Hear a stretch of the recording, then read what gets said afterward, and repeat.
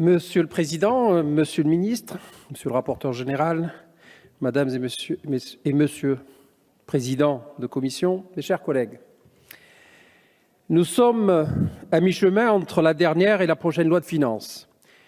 Nous sommes à un moment crucial de la gestion de nos finances publiques.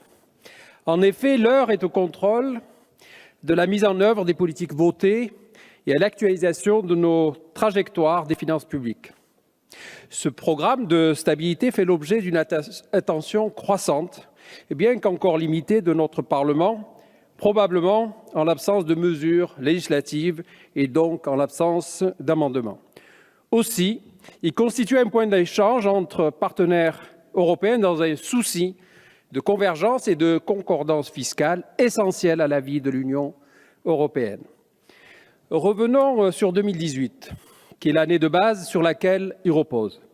Avec un déficit public de 2,5 du PIB, en amélioration par rapport aux 2,7 attendus, cette année marque le meilleur résultat jamais enregistré depuis 2008.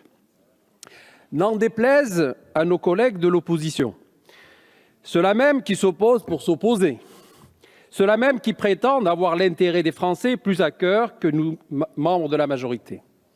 À cela, je rappelle un chiffre, mes chers collègues. 10 ans, mes chers collègues, 10 ans, ça n'est pas rien. 10 années que cela n'était pas arrivé et nous ne pouvons que nous féliciter collectivement de ce résultat. Il est, mes chers collègues, le fruit du travail rigoureux de notre gouvernement et de la ligne ferme adoptée par notre majorité. C'est également la première fois depuis 10 ans que le déficit reste inférieur à 3% du PIB. La dette est quant à elle stabilisée à 98,4% du PIB pour la première fois depuis 2007. Alors oui, son niveau est élevé, est trop élevé, marquant les effets toujours sensibles de la crise économique et financière de 2008, crise à l'origine de près d'un tiers du stock de la dette.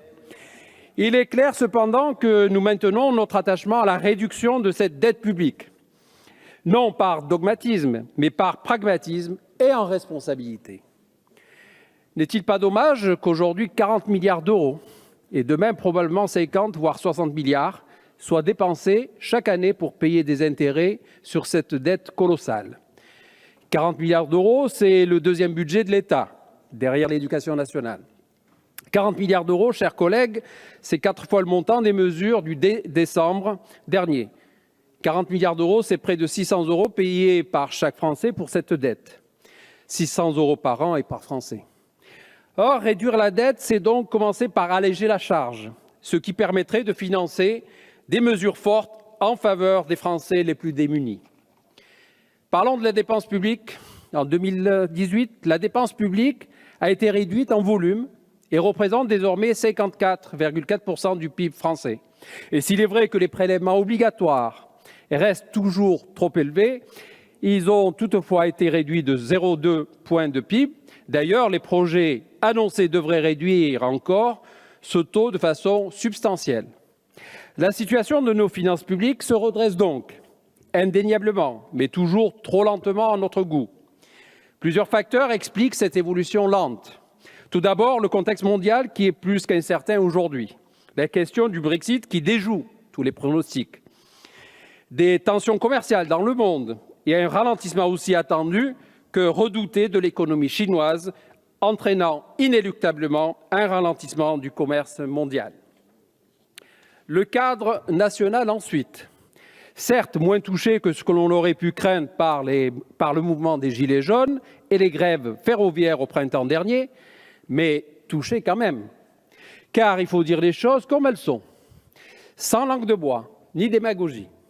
Oui, le mouvement des Gilets jaunes a causé une baisse du PIB français de l'ordre de 5 milliards d'euros. Oui, à ces 5 milliards d'euros s'ajoutent des dégradations de plusieurs centaines de millions d'euros. Et oui, ce mouvement a ainsi placé plus de 70 000 salariés au chômage partiel depuis fin novembre. Les mesures annoncées par le président de la République le 10 décembre dernier, en réponse à cette même crise, entraînent une baisse des impôts et cotisations de plus de 10 milliards d'euros. Et ces mesures étant pérennes, une aggravation du déficit pour l'année 2019 et les suivantes.